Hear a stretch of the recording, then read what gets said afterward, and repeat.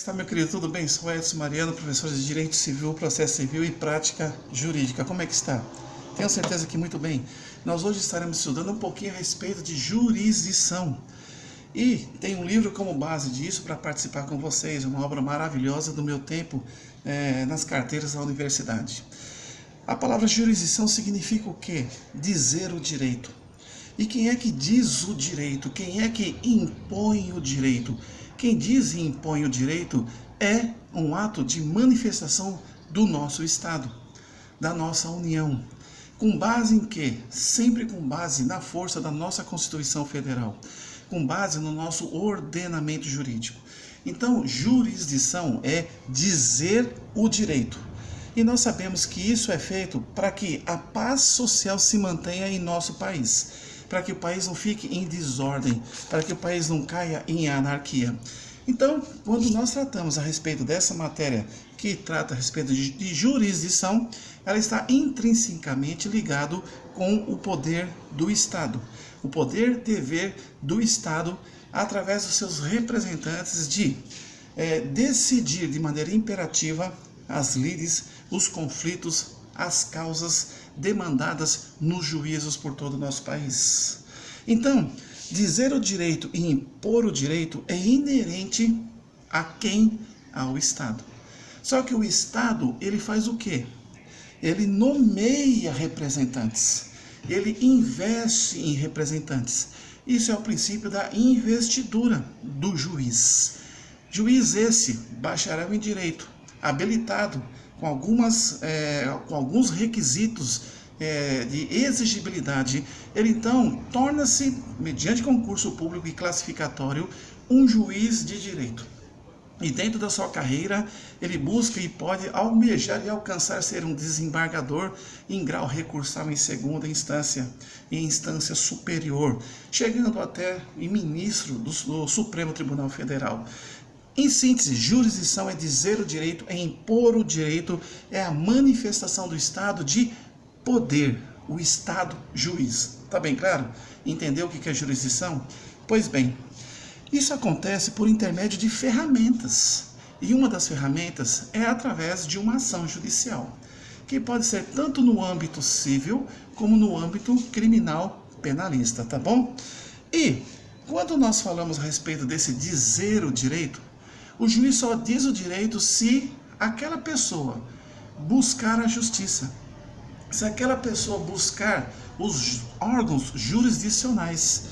E nós podemos ali considerar um princípio muito interessante, que é o princípio da inércia, que nós falamos nas cadeiras universitárias. O Estado, de uma maneira ilustrativa, ele está ali para colocar a paz social e a ordem social. Mas ele não sabe de todas as coisas que acontecem dentro da sua limitação territorial de competência. É necessário que você provoque o Estado através de uma petição inicial, dando uma entrada com documentos probatórios, alegando a sua satisfação, demonstrando o prejuízo sofrido, através de um processo.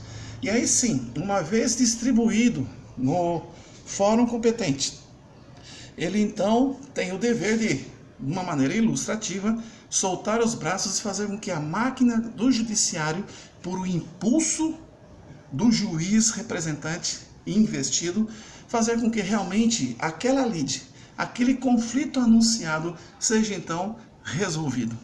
Mas de que maneira? Levando em consideração outros princípios, como o princípio do contraditório, através de uma contestação, exemplo, como o princípio da ampla defesa em grau recursal, mediante o inconformismo da parte que se sentiu lesada e prejudicada em relação à sentença prolatada, até que tornar-se-á coisa material julgada.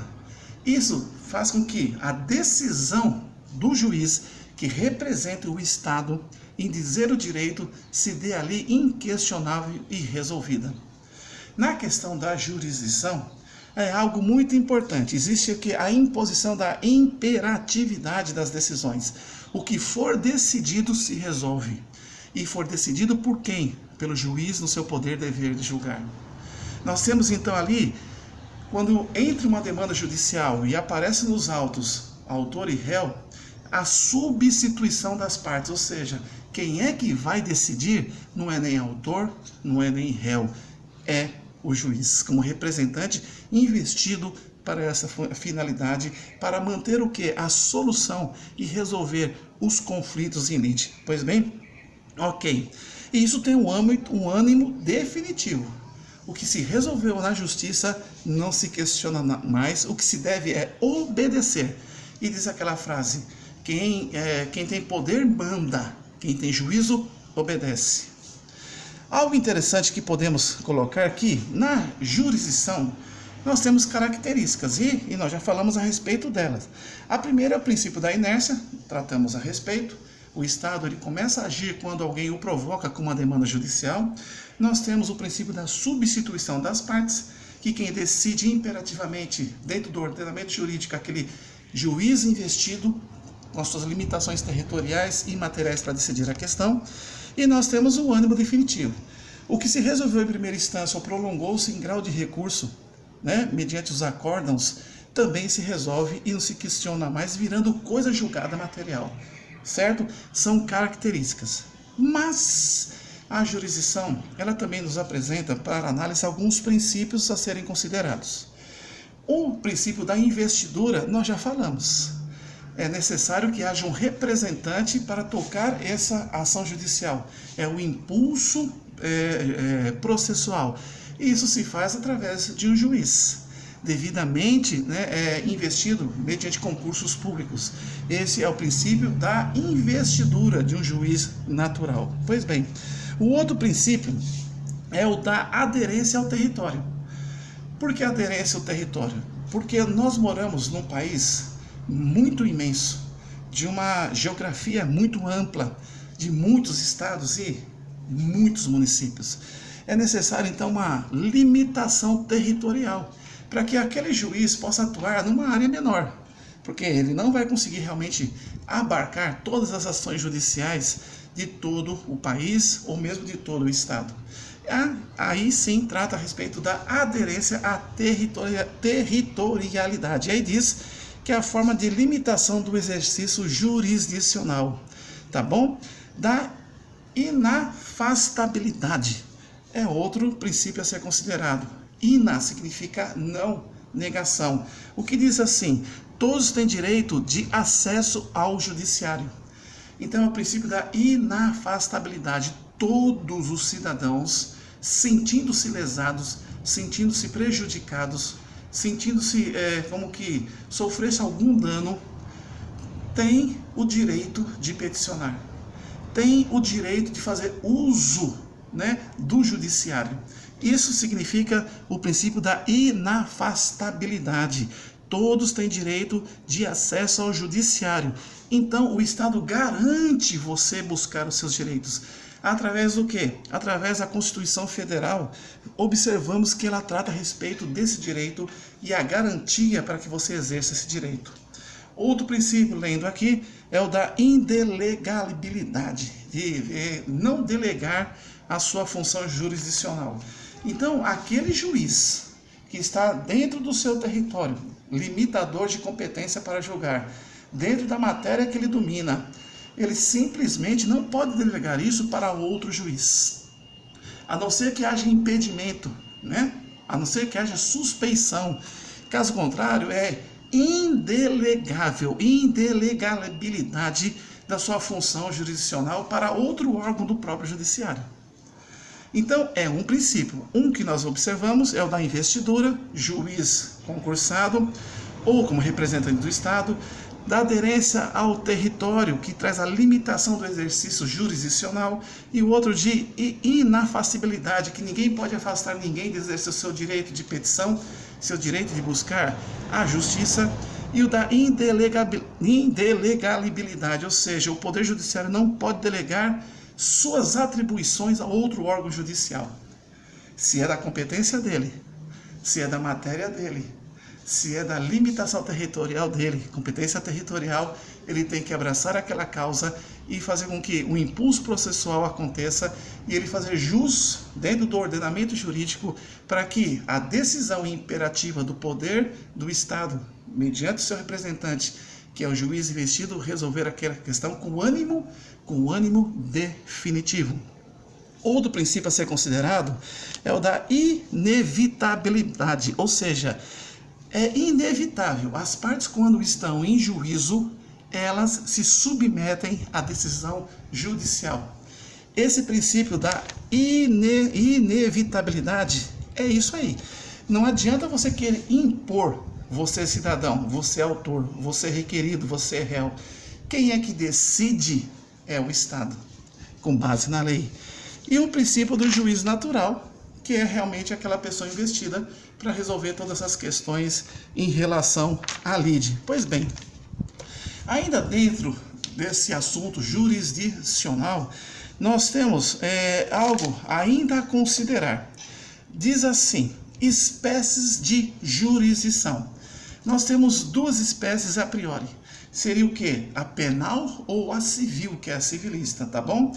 A divisão da jurisdição, ela se dá para quê? Para enxergar as diversas competências. Para que você saiba que se é um crime, é jurisdição criminal, penal. Se é um assunto voltado a contratos particulares, é civilista. Se é relacionado à justiça especial militar, é da justiça militar. Se é relacionado à justiça especial eleitoral, é da justiça eleitoral.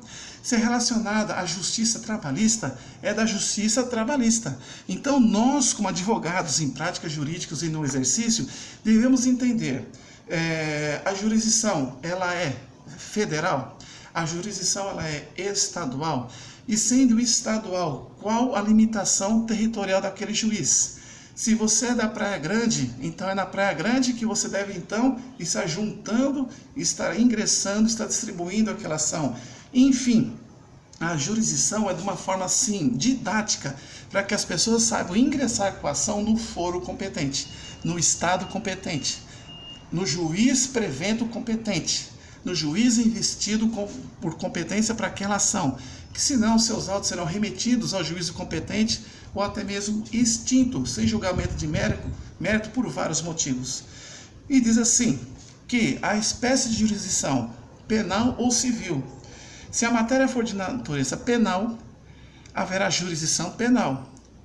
Não sendo penal, subsidiariamente será de natureza civil e seguirá a jurisdição civil. Pois bem, ela poderá ser então a jurisdição em espécie especial ou comum.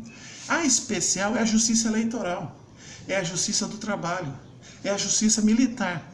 Tirando essas justiças por questões residuais, o resto é então a justiça comum, a justiça ordinária, tá bom? Outra coisa, superior ou inferior?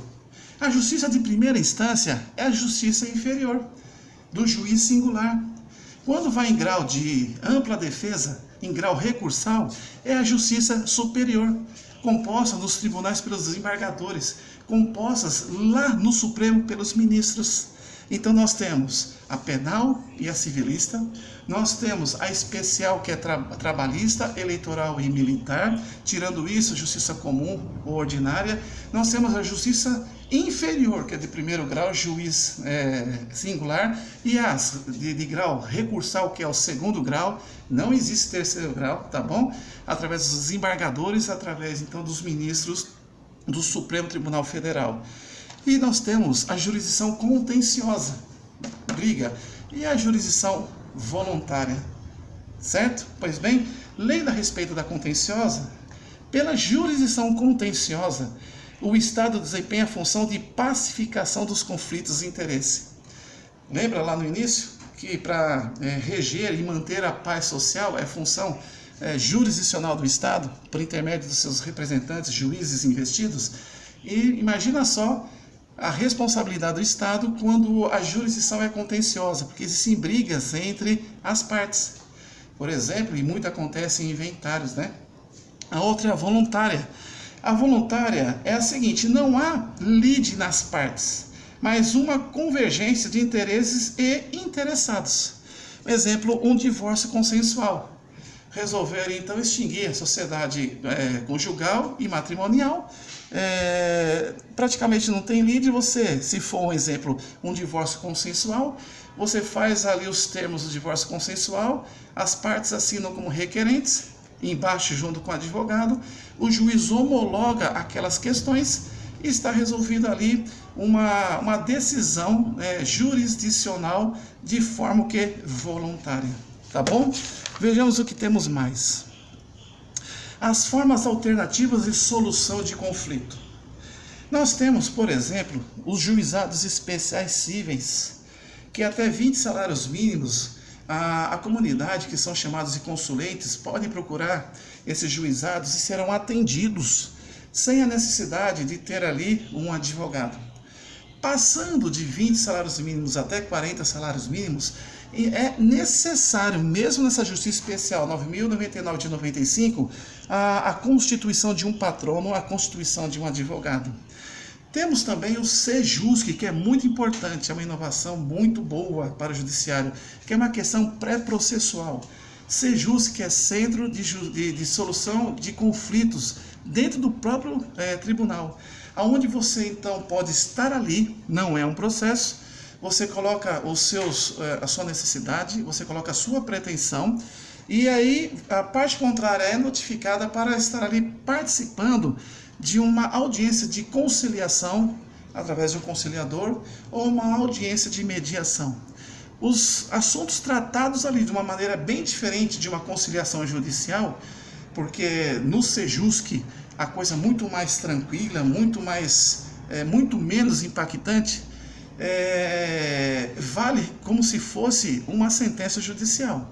É muito importante o papel do Sejusc hoje nos fóruns, nas suas competências que vocês encontrarão dentro dos fóruns da sua região, da sua cidade. E assim, nós estamos falando a respeito de jurisdição e das suas alternativas.